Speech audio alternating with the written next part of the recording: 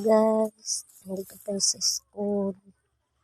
Dito tayo ng mga bulaklak ng school Pablo Antipolo Elementary School.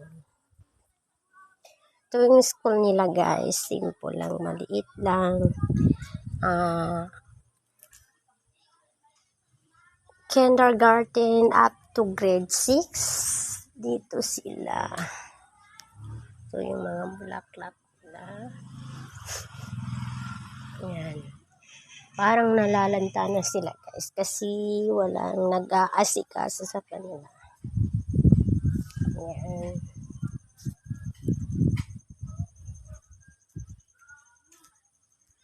Yan. Pag dumadami yan sila guys, ang cute.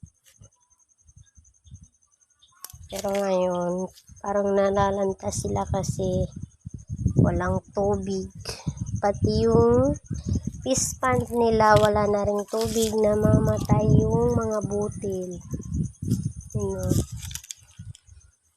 namamatay.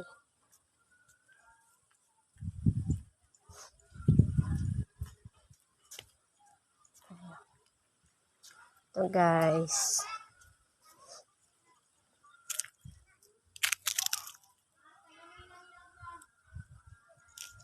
Yung mga bulaklak ng grade 6.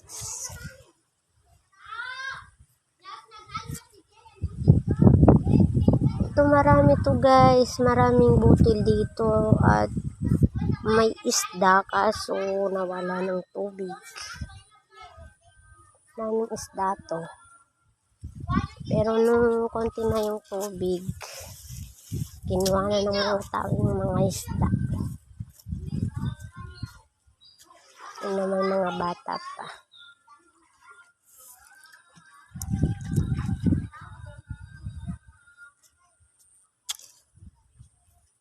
Lalanta na sila guys kasi wala nang nag-aasikaso sa kanila.